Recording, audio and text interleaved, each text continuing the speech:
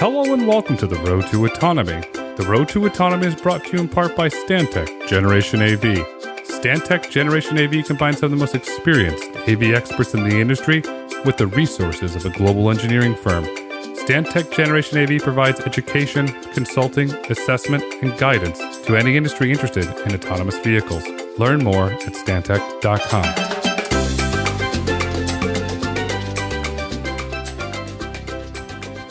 Hello and welcome to the Road to Autonomy. I'm your host, Grayson Brulte. On today's episode, we're absolutely honored to have Mike Plasencia, Group Director, RyderVentures New Product Strategy, Ryder System, Incorporated. Mike, welcome to the podcast. Hey, Grayson. Thanks for having me. Really appreciate it.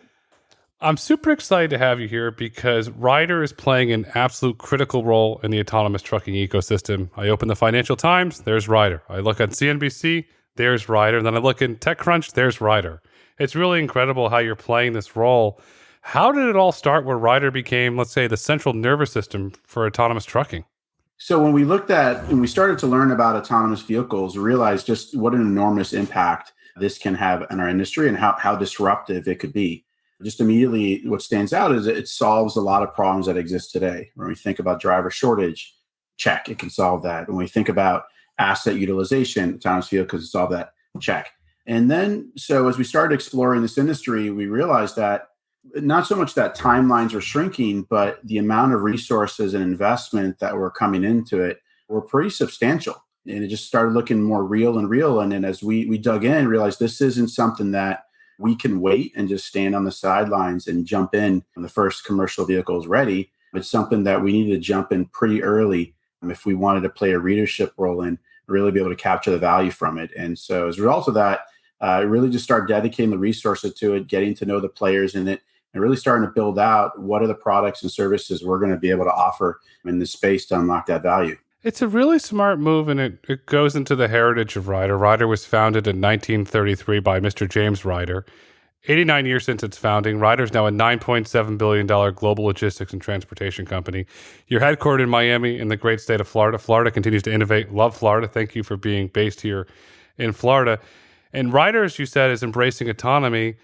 Building on that heritage of innovation, starting with Mr. Ryder, how do you see the company evolving over the next 50 years? We've been an outsourcing company. People had a hard time maintaining complex diesel engines. That's something we can solve for them with our technicians. Folks have a hard time managing drivers and safety and dispatch. We can handle that with our dedicated transport service. Having a hard time automating warehouses and creating turns, we can do that with our supply chain solutions. So as technology has continued to bring efficiency to the market, it's also brought challenges. That's the name of our game. And so over the next 50 years, as technology continues to develop and business models change, we want to be that partner that customers can outsource to. So we may look very different in the next 50 years, but ultimately our core task of solving difficult problems for our customers is still going to be our mantra. As you mentioned, we're an 89-year-old company. So as I described to people, we're a big, large steel ship, but we've got a very large rudder and we got the best crew in the business. And so we're prepared to navigate both the charted and uncharted waters. I like the maritime analogy, but even more, I love the line, we want to be your trusted partner. You're looking at this, you offer these incredible services on your 89-year history. And the common denominator from back when you were founded today is you're creating value for your customers. And when you look at let's call the modern day partnerships, you have partnerships with Embark, Too Simple, Waymo, Gatik. Really impressive lineup of companies, and I'm very proud to say they've all been on the road to autonomy, so thank you to those individuals who are coming on the podcast. Could you talk about those partnerships and why Ryder decided to partnership instead of building an autonomous solution? Was that based on your 89-year history of creating value through services? I think there's a couple things behind that. When you take a look back at what autonomy brings, essentially three sets of customers that have now been created in this industry. You've got the autonomous players themselves who become an industry of their own. When you think about it, very parallel to automotive, right? We're one of the largest automotive 3PLs in the industry, and we do a lot of great work managing transportation for a lot of the vehicles we're all driving today. And so when we think about these autonomous technology companies bringing vehicles and networks to life, they're going to need a trusted partner to help them build that out. And so there's an opportunity for us to build a whole suite of products and services for these autonomous technology companies. Then we look at the shippers as another customer. right? They're going to want to procure this autonomous capacity to move their freight. And so there's a whole suite of products and services we could bring around that. And then lastly, the carriers who actually purchase the autonomous technology from these players. There's the partnerships we've got over $6 billion in FUM today where we manage our carriers. And so again, autonomous carriers will be a trusted partner of ours as well. And so when we looked at all these three different sets of customers that exist in this autonomous world, and we looked at the products and services we offer today, a lot of them segue very perfectly almost into an autonomous world. There's enough products and services that sit just within our core competencies and new areas we're stretching into that going into being an autonomous technology developer in ourselves just is a bit of a stretch for us. We like to look at it as you'll never see us building the truck. You'll never see us coding the driver. But what are all the opportunities we have to kind of help bring this to market? You know your strengths and you're playing to your strengths. And that's the consistent value of Ryder throughout your entire life of your company. On the Gatik partnership, you're helping them establish an autonomous logistics network for the US and Canada. RyderVentures, which you lead, also invested in the company's Series B round. Congratulations, Gaham. You have a great partner here in Ryder.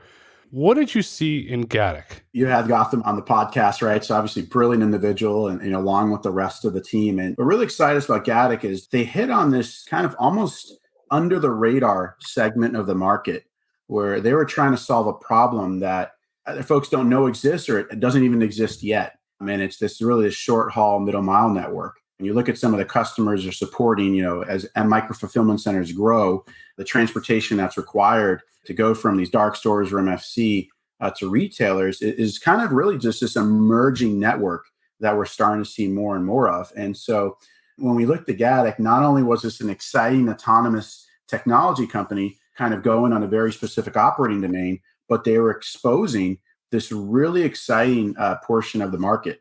And when we look at one of Ryder's core businesses, our dedicated transportation solution, we've got over 9,000 dedicated trucks and drivers, and that's a lot of small fleets. And essentially what Gatik is building is sets of autonomous fleets, autonomous small fleets. And that is very akin to our network. We're not a truckload carrier where we're running lots of long haul trucks across the country. Now we'll manage them through our transportation management solution. And so the network they were building specifically dovetailed very uniquely into some of our own operations. And so it's really important for us to work closely with them to understand that and be a part of it. And so when we kind of looked at from the RyderVentures standpoint, it really checked the boxes of two areas of investments we were looking to make, both the autonomous side, but also on the e-commerce side, which is the kind of the networks they're supporting. And they've got that incredible partnership with Walmart. I said to Gaham, how the heck did you get this thing on day one? You come out of stealth with a Walmart partnership. Incredible move there. And I want to point out and give Gatik a lot of credit here. They're generating revenue. They're generating profitable revenue on a per mile. So Gaham, congratulations on figuring out how to generate money with autonomy that's profitable. Go Team Gatik. I'm sure from the RyderVentures side, you're happy that they're generating revenue as they scale with Walmart. They're going into Kansas. They'll generate more revenue. So on the RyderVentures side, eventually, when they have an exit, you'll be very happy, and hopefully you get a bonus for finding a good company. Hope so. But yeah, but I think, with RyderVentures, we really obviously love the financial side, but the strategic side, what's really about. And so we're just as excited at the opportunity to support them with their maintenance network and be a scalable partner for them to grow as they grow with some of their large customers, and as well as how do we play an operating role as well as managing fleets of autonomous vehicles. How different is that from managing fleets with drivers in them? You made a savvy investment, but you're also learning, and that's going to help have positive implications across all your other businesses. As you look at the market for the RyderVentures, what are you currently looking to invest in? Are you looking for trends? Or are you looking for new emerging businesses? What are you looking for from the RyderVentures side of the house? So there's a couple of key disruptors that we're focused on. First is asset sharing.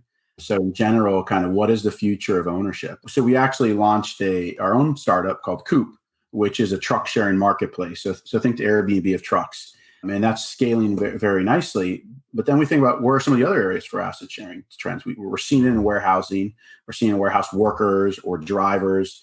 And how does ownership change? Do people move away from buying vehicles and leasing vehicles and go to subscription models, right? We're starting to see some of these things in the car side, and it's very important for us to understand and be in front of some of those same trends when they make their way into trucking. Then we look at e-commerce, right? So we've got our own e-commerce business. It's a fulfillment-based solution. We actually just made an acquisition a couple months ago of an exciting company called Whiplash to help further those aims. But what are some of the other areas that are growing in e-commerce, whether it's crowdsourced delivery or micro fulfillment or same-day commerce, and then partial disruption, right? You're seeing a lot of folks now stitching together capacity to create models to go against FedEx and UPS, and parcels becoming an important differentiator, and just obviously, constrain networks to support the growth in e-commerce. Then the next area is next generation vehicles. So, we try to be on the forefront of every new technology related to vehicles for our customers. And so as we look at hydrogen, electric, or autonomous vehicles, we're not necessarily looking to invest in the platforms themselves, but what are all the products and services in those ecosystems, again, that unlock that value for customers. So you could think about things like maybe charging management or fleet management or teleoperations. We made an investment in a company called Baton that is essentially building kind of that drop yard network that is very analogous to how we think autonomous networks will look. Then we look at warehouse automation. We've got over 16 million square feet of warehouse space we manage. So how do we bring automation into those warehouses and do more with less in shorter time periods? And then really the last category is big data and connectivity. How do we leverage data to drive differentiated decision making? So think about fintech or insurtech products or predictive maintenance or freight optimization. So really it's just how do we use data to do things better in a more intelligent way? I want to give a shout out. Several years ago, your Coop team invited me to Atlanta, and I got a demo early on and was really impressed.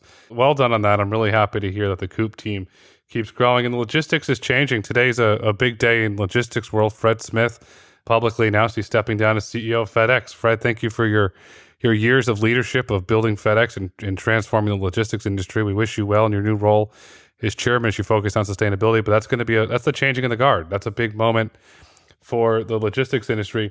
And I absolutely love the line, what is the future of ownership? That's going to change everything. And you're 100% spot on right about the ecosystem. The money and autonomy will be made around the ecosystem. And that's right where Ryder's playing. That's right where your partnerships are. When you're speaking to, let's call it Acme Company, and you're talking about a potential partnership, potential investment opportunity, do those conversations weave together? Do they overlap? Or do you just go in there and say, okay, Acme Company, this is purely a partnership conversation, not an investment? Or how does that philosophy work for you? So when we started RyderVentures, it was a very strategic reason for doing it, right? Is to bring us closer to founders that are building the technology for tomorrow, the ones that are really disrupting the industry. So while we absolutely do look for financial return, it really is a strategic focus. And so when we make an investment in any company, there's really got to be some kind of value we expect to achieve from it besides just what an exit would generate, right? So whether that's a great commercial partnership or it's collaboration or even just knowledge sharing. But that's really the first thing we look for when we make an investment. At the same time, they always don't dovetail together, right? There might be great partnerships we establish that they don't make sense for investment, and it could be for several reasons. Maybe they're too far along in their stage, right? We're a bit earlier stage. Maybe it's just timing. They're not raising for another year or two, or there could just be other reasons. Maybe there's maybe it's just a great business, and we're getting everything we need, and it's the check size is too big. So we say we've been working with startups for years, and we will continue to do so. Not everyone's an investment, but when the stars align, and it makes sense to do both an investment and have this great partnership, then it just makes an absolutely beautiful thing. It helps strengthen the investment, and it's just a bit of a flywheel there. I can't wait to see how that grows, because something tells me Ryder's going to continue to make really profound positive impacts in the space on the investment side. Going back to the partnership side, you've got some really strategic ones, and I want to hone in on one because we recently had Charlie Jatt from Waymo on. Ryder has a partnership with Waymo where they're going to leverage more than the 500 maintenance facilities in the U.S. and nearly 90 years of your fleet maintenance experience. It seems to me that building on your 90-year heritage, that Waymo's going to leverage all the maintenance experiences. They build the Waymo driver, and they're going to use you to do all the maintenance. It seems like they can scale faster.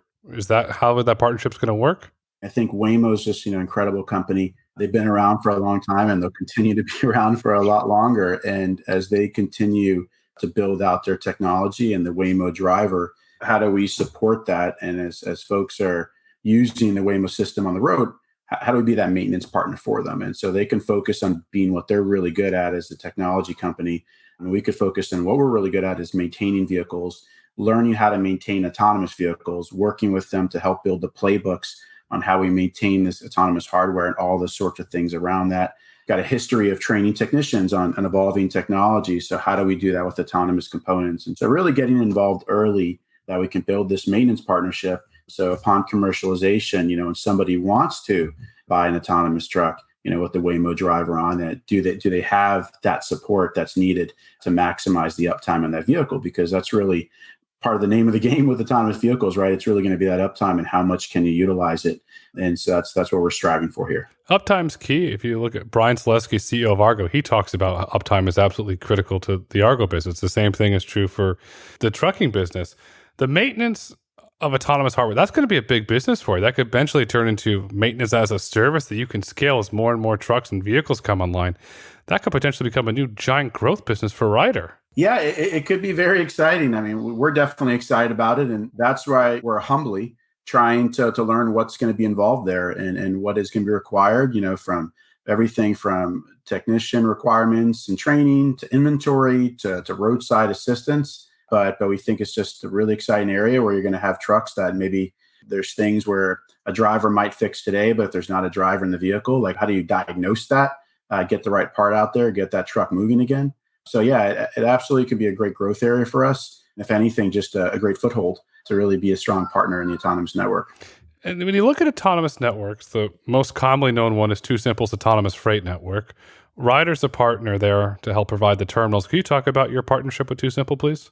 We're big believers in the L4 autonomous network with the autonomous trucks running the long hauls on the highway and somewhat in the city. And then at some transport point, truck with a driver will take that final segment. And so when we look at that network, you need a lot of nodes. And so we think there's a lot of infrastructure that's going to be created over the next couple of years to support autonomous vehicles, and whether that's going to be new locations set up, but also how do you utilize existing locations as well. And so Ryder's got over 500 shops across the country. And when we look at those shops, are a lot of them near highways? Do a lot of them have maintenance facility? Pretty much all of them do. And so when you think about uptime for these vehicles, these nodes, it's a good place to kind of do the service on these vehicles so you can get them back on the route immediately. So what this partnership is about is how do we look at our sites and which ones can we actually put our autonomous freight network? There might be sites that make sense today, and there might be other sites that don't make sense today, but in the next 5 years, maybe we make them make sense, right? Maybe we're able to kind of move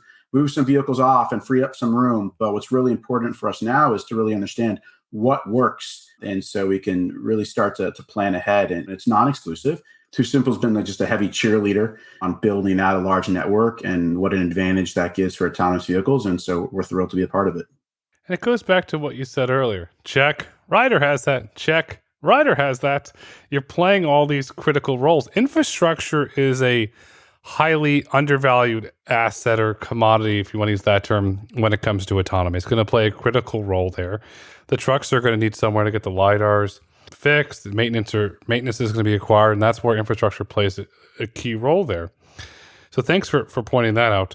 When you start having the partnership conversations, how do they first begin? Is it that you have a relationship with somebody and they say, hey, Mike, you should go talk to so-and-so because they're building out something that, quote unquote, might check the Ryder box? Or how does that start? So it's definitely not an overnight thing. And there's a long kind of mutual courtship, right? I mean, I think with these partners, I think there's a couple things we want to make sure we align on, right? Are we aligned on the business model? Are we aligned on the vision? Our mutual expectations of kind of what work we're going to do together, in the short term or the long term. Because these aren't things we're saying, hey, let's do a handshake and see you in 5 years, right? Let me know when it's ready. There's a lot of work to be done now and a lot of collaboration to be done now. And so can the teams work together now? And so really there's a good get to know each other period, and really just make sure we're aligned at several levels before we move forward. And so when we do have partnership announced, there's a lot of meat to the bone to it, and an exciting and kind of high degree of confidence on the path forward. That's how you build trust. Without trust, this whole industry collapses. And you have to have the relationship to have the trust, where if you have to have a hard conversation with somebody, you have to have that trust where they're going to know that you're not disrespecting them and you're being honest. So good for you for building those relationships. It's not just at you, Mike, it's your CEO, Mr. Robert Sanchez, who's also the chairman of Ryder. He's out there publicly talking about autonomous trucks. I saw an interview on CNBC in January. Mr. Sanchez was talking about it. And on Ryder's Q3 2021 earnings call, Mr. Sanchez stated the following. We also recently announced strategic alliances with several autonomous technology firms, which enables us to leverage our expertise in asset management, maintenance, and transportation, positioning us as an innovative leader in this emerging space. Well said, Mr. Sanchez. Putting this whole conversation in context, it seems to me that Ryder's leveraging its assets to grow the business and preparing for the future of logistics.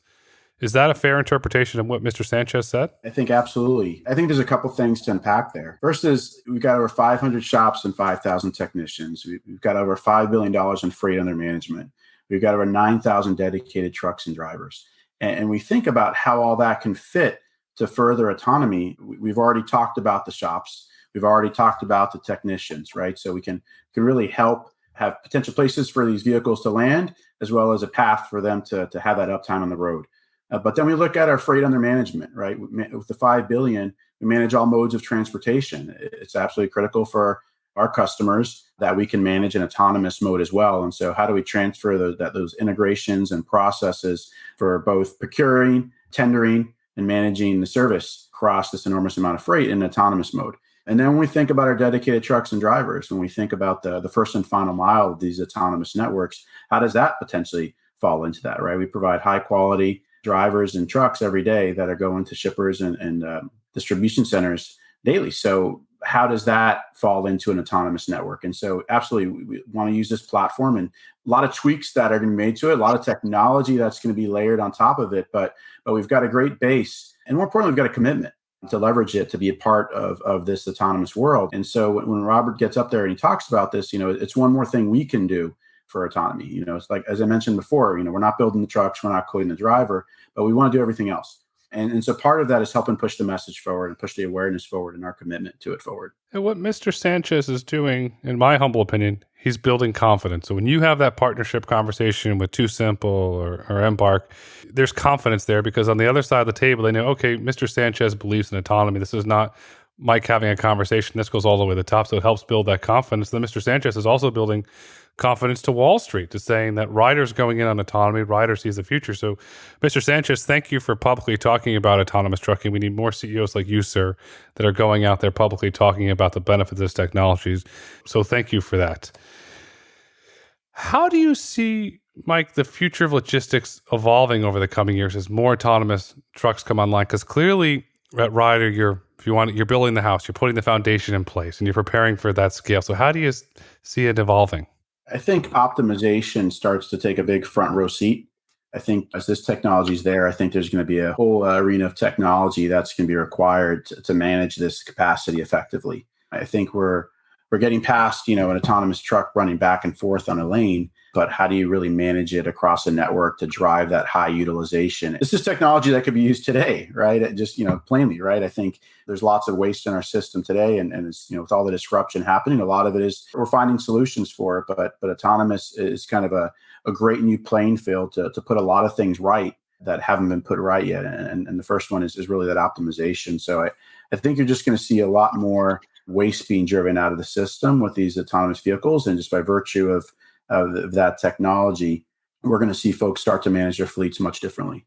Optimization will be positive for the shareholders of autonomous trucking companies, but more importantly, be positive for individuals that need to get their groceries, their sneakers, their electronics, because it'll lower the cost of shipping, which will have a positive impact, which can help hopefully eventually lower inflation when it's a 40-year high. Because I've said this before in many podcasts, I'll say it again, autonomous trucking will help to reduce inflation. We need autonomous trucking because it's good for the economy and it's good for society.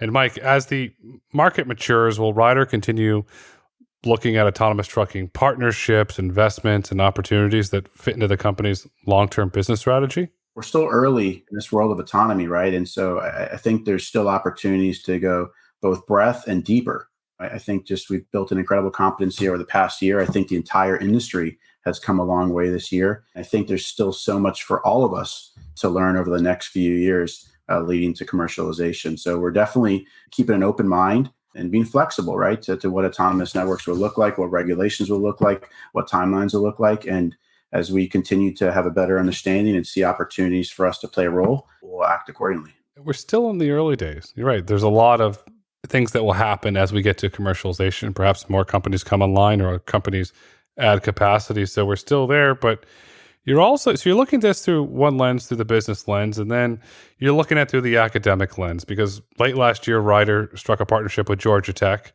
where you commissioned a data-driven study on the impact of autonomous trucking. I like that you're looking at it from the business and the academic. Could you talk about the study and what you learned from that study, please? We're really excited to do this study because when we first started getting into autonomy, like most folks, we're going out and there's a couple of white papers out there that I think a lot of people gravitated towards from great sources, what autonomy meant, right? And what were the different stages of it and whatnot.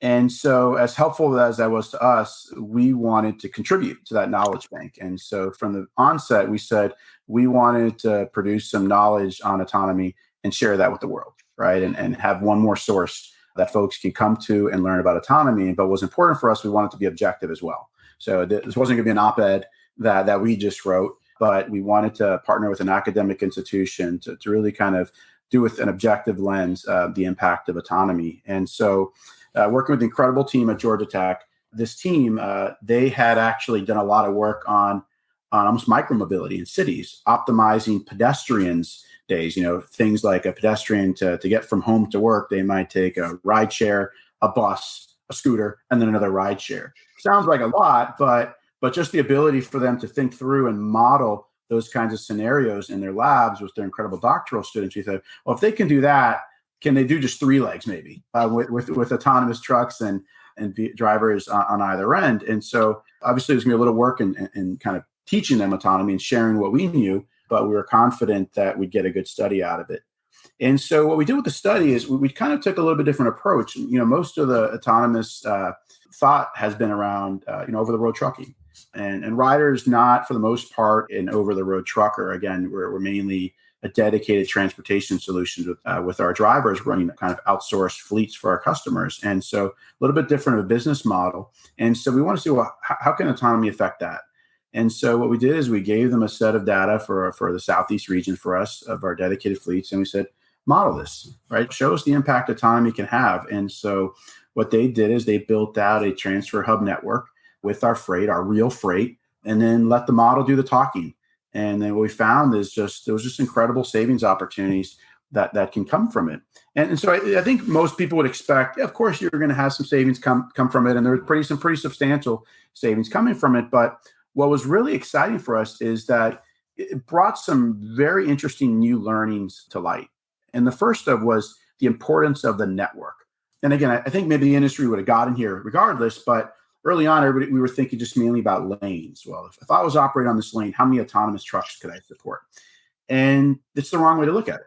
You need to look at the network, because once you have an autonomous truck without a driver, you could do so many more things with that vehicle, and you really need a network to maximize it. So when we think about today, the truck goes from point A to point B, and then after we get to point B, okay, we're looking for a backhaul maybe to get back to point A.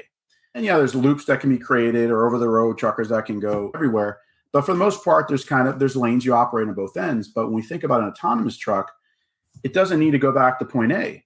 It could do lots of other things. It doesn't have a home, right? So it's almost like a trailer pool. This thing can move wherever, like a mercenary, to where the best freight is, because the cost to move an autonomous truck to new markets is significantly less than it is with a truck with a driver. When we think about if I deadheaded a truck with a driver 200 miles, lots of costs associated with it. Not only is it labor cost, but it's the opportunity cost of the vehicle, because the truck can only drive as much as the driver can. So you're burning very valuable hours moving that deadhead. But with an autonomous truck, you don't have any of that. Your cost of moving an autonomous truck to a new point where the freight is just the cost of fuel and whatever you're paying, whatever subscription costs, we ultimately pay an AV company. And so what we saw is a very cost-effective way to move trucks around to the next best source of freight. But to do that, you need a network, right? And so really you need that network coverage to really drive the opportunities for autonomy. And so what we learned is with the study is the more nodes we had on the network, the more places it made sense to use autonomous trucks and the more value we can get out of it. And so that was the first learning we had, which was very eye-opening for us and just kind of completely changed the way we were thinking about autonomous vehicles, and part of the reasons why we've dug so deep into the actual networks themselves and the hubs. The second thing we learned was really around the shipping windows. So when we looked at the value we were getting from this network, if we increased the shipper windows by about 30 minutes, we got almost a 5% increase in savings opportunity. And so what that highlighted was everybody's talking about autonomous vehicles and what can I do and wanting to be able to tap into this capacity when it's available, but there's a role everybody has to play. And so if a shipper wants to get the value of autonomous trucks, whether it's potential cost savings that may come through or shorter transit times that may come through, or maybe more consistent capacity to come through, well, there's things they need to do as well, right? And opening up those shipper windows may be one thing they need to do to take part in autonomy, because otherwise, if maybe they hold these strict windows, the autonomous trucks might just go other places and they won't take part in that capacity. And so again, I kind of always go back to there's still several years to commercialization, but there's a lot of work to be done. And so for shippers, it's how do we start looking at our dock scheduling? How do we start looking at where we locate our distribution centers to really find ways that you can leverage as much of this autonomous capacity as possible? That's the value of Ryder. You understand the value of the network. You understand the value of the partnerships, and putting that together, it's leading to savings. Professor Pasquale Van Hentrick, who led the study through the Socially Aware Mobility Lab at Georgia Tech, he's publicly said the following about the study. I'm going to quote the professor here. I've worked on a lot of different transportation problems in the past, and if you have a 1% improvement, that's magic. Here we're talking about 29 to 40%. I repeat, 29 to 40%. So it's massive. It's really massive. That's a powerful quote from Professor Hendrick, which raises the question, is cost savings one of the main reasons why Ryder's customers are interested in this technology? So I think there's still a tale to be written on the economics of autonomy, right? I still think we're bottoming out what the autonomous system is going to cost, what subscriptions are going to cost. And so ultimately, where do those costs lie and how do those savings get passed on from an AV technology company to the carrier, to ultimately the shipper? But I think the expectation is there is going to be a cost benefit that's ultimately going to make its way to the shipper. So absolutely, we see it as an opportunity for our customers, but there's also just the consistent capacity, the dependability that could come through it, the shorter lead times that can come from more longer haul trucks coming across the country that comes from it. So, and then potentially we look at some of the fuel savings that some technology companies have talked about that will come from these autonomous vehicles. So I think there's definitely a couple of areas that customers are looking to, but I think in general, I think we're seeing a lot of customers they're excited about the technology and they want to learn more of what it can do for them. Curiosity is fascinating. If we didn't have curiosity, we wouldn't have an iPhone. We didn't have curiosity, we wouldn't have Lego. So curiosity is great. I'd love to know, Ryder's actively preparing for autonomous trucking, but how are your customers preparing for the future of autonomous trucking? I think that's why we're going so all in on this, right? I think it takes a lot of work. There's a lot of focus to really understand what's going to happen with autonomy and the direction and the timelines. And so we take it as our role for our customers to be doing this partly on their behalf and educating them and bringing them into the fold and helping them prepare. So I think we'll see more over the next couple of years as customers piloting, looking at their locations, how can they support autonomy, looking at their networks and help them understand what it will look like tomorrow with AV capacity. So we're really kind of our customers, again, just open-minded, and then we're trying to be that trusted partner that help bridge the gap for them. Comes down to trust. Always going to come down to trust. Mike, in your opinion, what does the future of the autonomous truck business look like, and what role will Ryder play in that future? We see the autonomous network kind of model looking at, there's going to be OEMs who build trucks with autonomous hardware on it. So we see the autonomous technology companies, and most of them we've mentioned here, along with a few others, will be selling their technology to fleets that are running the autonomous capacity on highway. And so when we look at the role Ryder can play, there's a couple of key areas where we think we can make a difference. Really want to explore how do we provide or manage that first and final mile capacity for the non-autonomous segments of this freight. We look at the autonomous capacity itself. We think it's very important that we're partners with those providers and integrated into them to access that capacity for our customers. Obviously, on the transfer hubs themselves, how do we play a role in whether it's real estate or maintenance or operations to support the transfer of these loads from autonomous trucks to driver-enabled trucks? And then lastly is how do we manage that whole network? We look at shippers that they're not just going to say, hey, move me that freight and I want some of that autonomous. They're going to say, move my freight. And it's a 3PL's job, just like it is today, to find the best mode of transportation, the best carrier that hits their safety, service, and cost goals. And so it's really going to be upon us to build a technology that can help access and manage this complex capacity for shippers where it makes sense. When we think about autonomous, it's a much more complicated mode of transportation. You essentially got three legs potentially that you're binding together. That's three sources of capacity you have to tie into, visibility across segments, and things always happen, right? I think we've seen that with freight today, while it's very difficult to automate just the management component of it because there's always exceptions. And now how do you manage acceptance with vehicles going across multiple nodes and multiple drivers? And so it's one thing we're keen on is when we look at our RyderShare platform, and it's a collaborative technology platform that brings parties together to solve a lot of problems. And so we look at how do we evolve that into autonomous? So, so ultimately that's what it comes down to, right? Is what are the products and services we can provide that make autonomous capacity accessible and economical for our customers? There's no doubt from this conversation, in my opinion, that Ryder will play a critical role in the future of autonomy. Ryder will be able to enable autonomous trucks to scale that wouldn't have been possible because of your maintenance and your commitment to the technology. And Mike, as we look to wrap up this really insightful conversation, what would you like our listeners to take away with them today? This technology, it can have such a big impact. And I always say I'll never say that anything is too big to fail, but I do believe it's too big to turn back, right? Just the talent that's coming to this industry, the jobs that have been created, the money that's been invested on it. We're going down this path. And while timelines may be shifted, the work being done in this space is plenty. And it's encouraged, get involved now, right? Because this is an opportunity to shape this whole new industry early. And how many times do we get that in our lifetime to really shape just what's such a critical infrastructure for our future? And so it's get involved early today with ourselves or other folks getting the space or the autonomous technologies themselves, learn. And it's going to help you make decisions now that can drastically impact the way you can kind of interact with this capacity. As Mike so elegantly said, get involved now because the future is bright, the future is autonomous, and the future is Ryder. Mike, thank you so much for coming on the Road to Autonomy today. Thank you, Grayson. It was a lot of fun. Yeah, thank you. Bye-bye. Thank you for listening to the Road to Autonomy podcast. If you've enjoyed listening, please rate, review, and subscribe on your favorite podcast platform. Want to get in touch? Follow us on Twitter at Road to Autonomy or email podcast@brulteco.com. The Road to Autonomy is produced by Brulte & Company. The views and opinions expressed on the Road to Autonomy podcast do not necessarily reflect the views and opinions of Brulte & Company. The content discussed on this podcast is for informational purposes only and should not be taken as legal, tax, investment, or business advice.